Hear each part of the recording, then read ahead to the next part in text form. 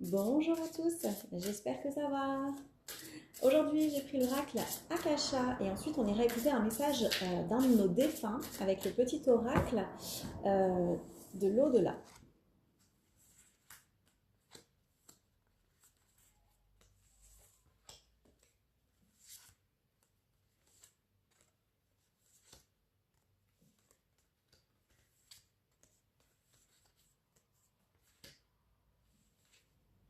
On commence avec la carte de l'ancrage.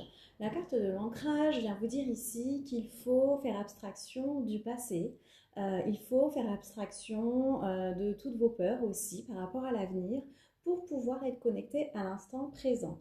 Pour ça, vous devez faire des choses dans l'instant présent qui vous plaisent, comme du sport, voilà, je sais pas moi, profiter des instants entre amis, famille, voilà, donc on parle d'ancrage, c'est aussi se connecter avec la nature.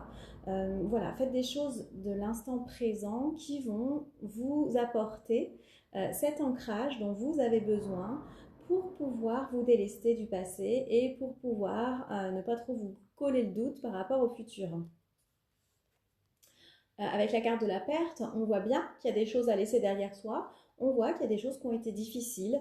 C'est peut-être ce qui vous empêche d'avancer aujourd'hui. Donc, ça va être important de laisser le passé de côté en vous disant aussi que vous n'allez pas revivre les mêmes choses, que vous allez pouvoir avancer sur votre chemin en étant optimiste, en faisant aussi peut-être des mantras, en pratiquant la visualisation positive, ça peut vous aider. On vous demande de passer à l'action par rapport à votre chemin de vie.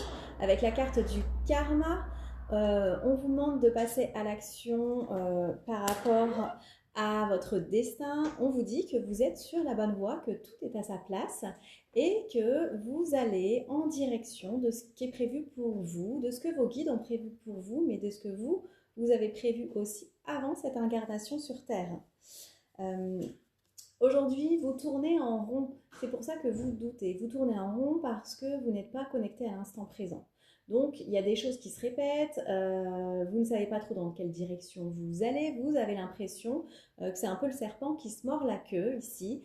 On vous dit qu'il est temps d'accepter d'être heureux pour un beau renouveau en arrêtant de tourner en rond et en étant ancré à l'instant présent et en faisant confiance à votre propre destinée.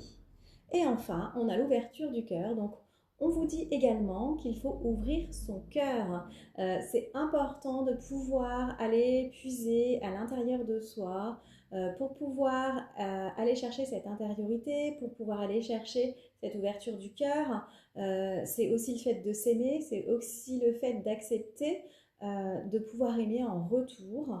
Donc, cette ouverture du cœur, elle va être primordiale pour pouvoir avancer sur votre chemin. Allez, je vais vous laisser penser à un défunt et on va aller écouter son message. Donc pareil, quand on pense à un défunt, on est connecté avec le défunt, avec le cœur. Donc on s'ancre et on pense très fort à ce défunt.